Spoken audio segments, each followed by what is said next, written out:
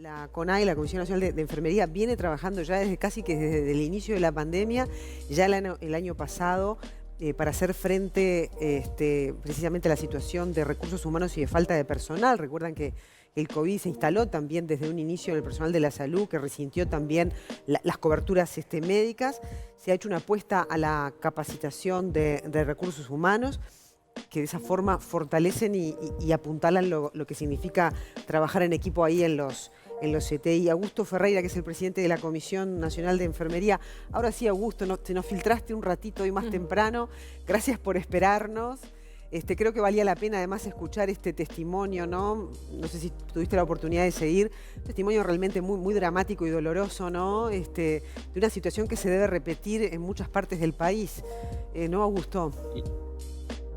Mire, lo escuché todo porque aparte es un tema de mi interés, todo lo que es la salud y los cuidados en las personas mayores, y la verdad que hay que estar de los dos lados para poder comprender realmente una situación que es muy compleja, y la verdad que es un dilema ético todo lo que ustedes acaban de hablar y hasta dónde llevar los cuidados especializados en las personas mayores de determinada edad. Está bastante comprobado que una persona de determinada edad, con determinadas características y demás, que es intubada, luego es muy difícil extubarla, o sea, luego la extubación es realmente infructuosa, entonces es prolongar allí los cuidados muy invasivos. Pero bueno, yo en ese tema hay muchos expertos en el país, y sobre todo los médicos y los enfermeros que son especialistas en cuidados paliativos o que trabajan en cuidados paliativos son los mejores para hablar de ese tema, ¿verdad? Pero realmente es muy difícil la situación. Yo comprendo, escuchaba recién la nota y comprendo muy bien lo que decían los familiares, y también comprendo muy bien lo que decía la médica, ¿verdad? La directora del hogar, porque realmente hay que estar. Claro, hay que estar en la situación para poder entender cómo es, lo difícil que es tomar una decisión de ese tipo, y bueno, y eso es una complejidad que siempre existió, no es de ahora. El tema es que ahora se agudiza más, sale más en las noticias, porque estamos en el medio de una pandemia, pero esa situación ha sido de siempre, y el tema de los residenciales, o como se llama técnicamente, establecimiento de larga estadía para personas mayores, los LPEM, siempre ha sido un punto crítico, siempre ha sido la espada de Damocles, una de las espadas de Damocles del sistema de salud en el Uruguay, ¿verdad? Es un problema, claro, realmente un problema, y les dejo, para no demorar mucho con esto, les dejo un tema para que ustedes cuando quieran lo traten, que es el personal de enfermería profesional y auxiliar dentro de los establecimientos de larga estadía para personas mayores. Estaría muy interesante que se hiciera un estudio sobre eso, porque tiene que haber mucho más personal de enfermería dentro de ese tipo de establecimientos, como decían recién algunos de ustedes, ¿verdad? A veces esa necesidad del vínculo, de cómo establecer el cuidado, etcétera. En eso tienen que haber más enfermeros. No, pero Augusto, ¿sabes lo que pasa? Yo lo digo desde hace muchísimos años. Sé que cuesta, sé que no es fácil, pero tienen no que a los números, Augusto. No a los números. No a los números. Entonces quedás en esa disyuntiva, decís, bueno, no tengo a dónde llevarlo. Tenés que aumentar la cuota, decís vos, para que den los números. No dan los números. Claro. Los lo tiene que pagar el familiar, claro, es decir, aparte. O sea, no están las exigencias, ¿no? A la hora de dar las habilitaciones de los centros residenciales, el protocolizar que haya auxiliares de enfermería, por ejemplo. No está eso. Claro, la normativa indica que tiene que haber personal idóneo, experto, etcétera, y establece que el director técnico tiene que ser un médico, y demás, pero no baja, no derrama, digamos, como para poder estandarizar, que es lo que se usa cuando uno habilita servicios, ¿verdad? Tiene estandarizado unos mínimos aceptables, que con los cuales algo puede funcionar. Ahora, pero bueno, es un tema que el país tiene que tratar en los próximos años. Ni que hablar, es un tema muy interesante que claramente nos queda pendiente para abordar. Pero una cosita que vos decías de lo anterior, ¿no? Vos decías que a los pacientes adultos mayores que se les intuba cuando entran a un CTI, pero que después difícilmente se los pueda extubar. Mayores de 80 años. Mayores de 80 años, eso es lo que vos decías. No sale. Quizá esa es la razón por la cual no se trasladó, entonces, podría presumir uno, a estos adultos del residencial de Fraiventos. Bueno, Esto no lo sé y no lo puedo decir a ciencia cierta porque no tengo la información. Y también sería muy bueno que en ese tema pudieran ustedes consultar a un experto en el tema, que no es mi caso. Pero lo que sí sé del ejercicio asistencial de 20 años de enfermero es que hay pacientes, hay personas, ¿verdad?, que no es tanto más de 80, menos de 80, o sea, el número no va tanto, no es tan exacto por la edad, sino por el terreno clínico de cada paciente, pero sí es cierto que hay personas que realmente, luego que ingresan a un centro de cuidado intensivo y que precisan asistencia ventilatoria invasiva, ¿verdad?, que precisan ser intubados, como se dice comúnmente, luego es muy difícil extubarlos, o sea, es muy complejo, en general quedan muy pendientes de la máquina y no de poder vivir sin ese tipo de asistencia. Entonces, bueno, es todo un tema, ahí hay muchos temas para hablar desde el punto de vista ético, de hasta dónde llega el tratamiento, del encarnizamiento terapéutico. Hay muchos temas ahí que son muy ricos desde el punto de vista de la bioética, que sería muy interesante que ustedes o cualquier otro programa pudiera hacer una profundidad sobre este tema, que es muy rico y que es algo que la sociedad tiene que debatir.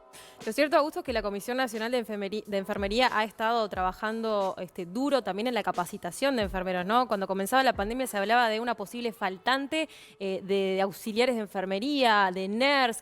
¿Cómo está el Estado ahora en esta capacitación donde se ha trabajado con más de 2.000 auxiliares y licenciados de enfermería? ¿Cuál es el estado en este momento?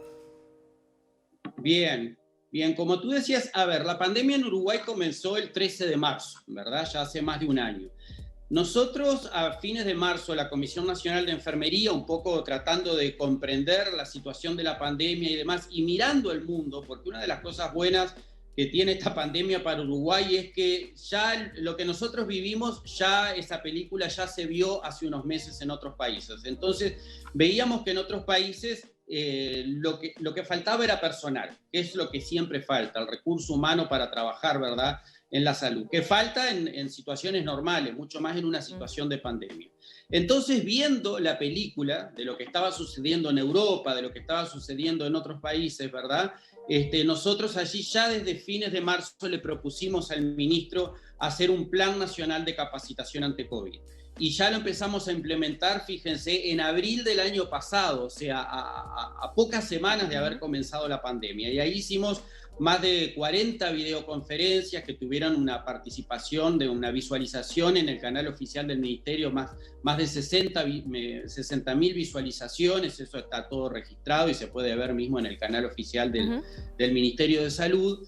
Y luego vimos que era muy necesario enfocarnos en dos aspectos, más allá de las videoconferencias y más allá de la información general que se daban en ese tipo de eventos.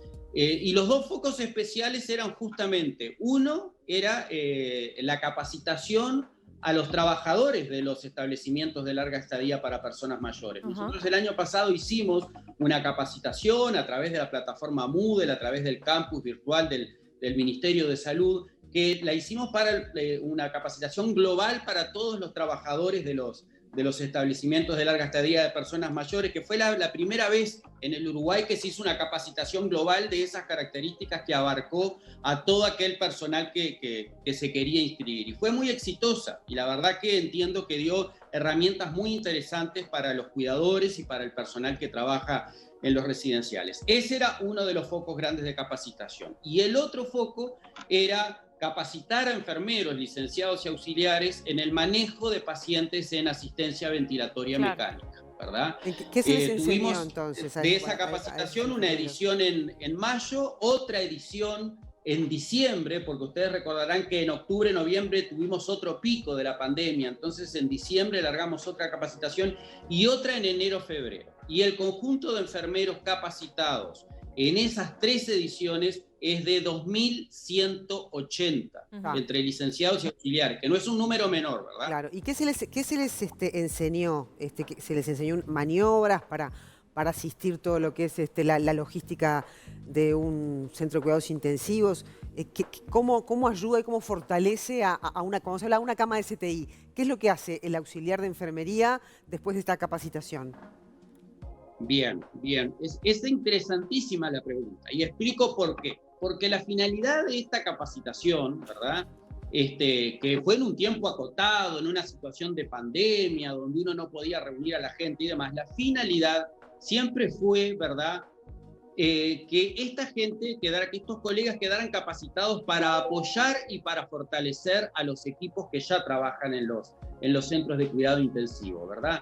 No fue, y lo aclaro siempre, no fue una capacitación para formar un experto ni para formar un especialista, porque eso cualquiera que sepa un poco de temas académicos, y yo lo sé porque soy decano en una facultad de salud, entonces, el objetivo de la capacitación no fue formar un especialista en un experto, sino que fue generar algunas habilidades, algunas destrezas en estas 2.180 personas para que pudieran colaborar, asistir y fortalecer los equipos que funcionan en los centros de cuidado intensivo. Y en esa línea se tocaron aspectos claves del cuidado del paciente en asistencia ventilatoria mecánica, o sea, asistencia ventilatoria mecánica no invasiva o invasiva. Y ahí se eligió un pool de temas, ¿verdad? Entre ellos, ¿verdad? La instrumentación en la colocación de una sonda orotraqueal, el manejo de una sonda orotraqueal, la aspiración de una sonda orotraqueal, ¿verdad? Que es la sonda que se coloca y que va hacia adentro del paciente a través de la parte alta del sistema respiratorio para que pueda el paciente ventilar a través de una máquina, para explicarlo en términos, ¿verdad? Digo, que todo el mundo pueda entender. Y también la técnica de pronación, que ustedes la habrán oído, ¿verdad? Que es esa técnica donde un equipo da vuelta, para decirlo en términos que todo el mundo entienda, da vuelta a un paciente para ponerlo boca abajo. Eso se llama pronación y esa es una técnica que también enseñamos y desarrollamos. Ahí va. A través de clases teóricas, pero muy importante, también filmamos en el Laboratorio de Simulación Clínica de la Universidad Católica, que es un laboratorio especialmente equipado, con robots simuladores y con todo como si fuera una unidad asistencial, ¿verdad? Está todo simulado. También filmamos con profesores expertos estas técnicas, cómo se hacen para que el participante del curso pudiera visualizar de primera mano y no se quedara solo con el concepto teórico, sino que pudiera verlo, que pudiera ver cómo se hace esta técnica. Y efectivamente, Augusto, estos 2.180 auxiliares ya están haciendo trabajos de asistencia a estas maniobras que vos describías en función de las necesidades del sistema de salud, ¿no? Eso por un lado. Y por el otro, decir cuál es el nivel de ausentismo por COVID del sector de ustedes, ¿no? Que en su momento también se vio muy resentido, ¿no? Por los contagios.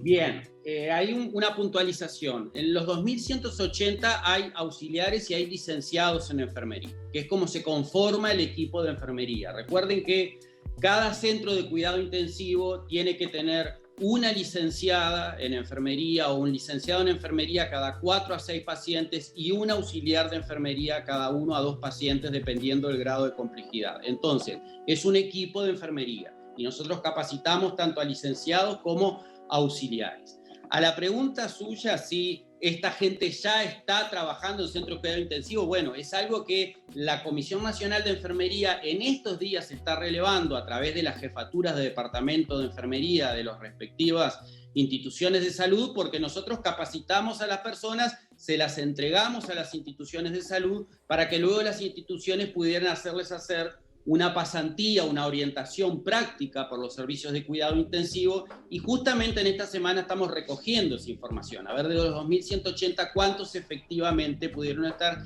y estamos pidiendo a las instituciones también que nos digan si hay algo más en lo que podemos ayudar, en lo que podemos reforzar, en lo que podemos brindar este tipo de conocimientos o ir generando este tipo de habilidades. Porque ustedes saben, está haciendo falta, ¿verdad? Claro. Digo, el personal, hay personal certificado, y ahora voy a la segunda pregunta y demás. Sí. Y yo entiendo que estas personas, estos colegas que se capacitaron, son muy valiosos, ¿verdad? Son muy valiosos. Para estar solos a cargo de un paciente en un centro de cuidado intensivo, bueno, quizá no, pero sí para dar apoyo y para brindar y para fortalecer a los equipos. Está claro. Fíjese que para dar vuelta a un paciente, como yo le decía, para la técnica de pronación, se precisan entre 4 y 6 personas. Sí. O sea, que ahí hay que fortalecer mucho a los equipos de cuidado intensivo para que puedan brindar y desarrollar estas técnicas en los pacientes de la mejor manera. Lo otro, y con respecto al Sí. Perdón. No, para ir cerrando, decime lo último, esto del ausentismo que te pregunté. Bien, no, con respecto al ausentismo, nosotros hicimos, esto ya es desde la Universidad Católica, tenemos una línea de investigación de calidad de la atención de salud que tiene una sublínea que es justamente recursos humanos en salud, y allí hicimos un estudio en el cual encuestamos a más de 100 jefes y directores de enfermería, que son las que hacen la gestión diaria del personal, que son los que arman los planillados, los que ven cuánta gente falta, los que tienen que distribuir, el difícil trabajo de distribuir a los enfermeros en los sectores. Fíjense que una institución de salud, por poco que tenga, tiene entre 500 y 800 enfermeros. Y las instituciones más grandes tienen más de 1.500 enfermeros, 2.000 enfermeros, y ahí hay que armar unos planillados muy complejos para que cada enfermero en cada guardia en el correr del día esté en el lugar indicado que tiene que estar. Y ahí, bueno, nosotros hicimos una encuesta y los números muestran, ¿verdad?, que obviamente que en este periodo de pandemia el ausentismo es mayor al que se venía teniendo en el personal de enfermería antes de la pandemia, y el 40% de los jefes dice que hoy en día el ausentismo se ronda entre el 10% y el 20%, y el 27% de los jefes dice que hoy en día el ausentismo ronda entre el 20 y el 30%, lo cual son números bastante interesantes, ¿verdad? Digo, porque a la hora de gestionar y a la hora de cubrir las guardias es todo un desafío cuando yo de 100 guardias tengo entre 20 y 30 que me van a faltar, claro, ¿verdad? está clarísimo. Y eso se debe a diferentes causas, ¿verdad? La causa que más impacta, según los jefes de enfermería, es la certificación por diversas causas, la certificación médica, más allá del COVID, que siempre existió y que siempre ha sido un problema en el sector salud. Y luego viene el ausentismo por las personas que hay que tener en aislamiento preventivo, ¿verdad? Porque tuvieron contacto con un positivo fuera de la institución, en el ámbito familiar o en otro ámbito, y el aislamiento preventivo porque así lo indica el protocolo por haber tenido contacto y algún tipo de situación especial atendiendo a pacientes COVID, ¿verdad? Bien, luego viene en cuarto lugar la certificación médica por ser COVID positivo. Tengo que cerrar, o sea que Augusto. ese es un poco el panorama. Muchísimas gracias, en serio, por todos tus comentarios, como siempre, bien dispuesto para charlar acá en Buen Día. Nos quedará la invitación para una próxima oportunidad, ¿eh? Gracias. Muy bien. Siempre agradecido de que inviten y que pongan enfermería sobre la mesa, porque muchas veces se dice los médicos. No, claro. Nosotros los queremos mucho a los médicos porque trabajamos muy en equipo con ellos, pero el equipo de salud es mucho más. Y es mucho más que médicos y enfermeros. También hay auxiliares de servicio, nutricionistas. Está bien, hay que mencionarlos para que... Y todos ellos están pasando mucho trabajo hoy en día. Entonces es bueno reconocer a todo el equipo. Gracias, Augusto Ferreira, el presidente de la Comisión Nacional de Enfermería, ahí en diálogo vía Zoom con nosotros.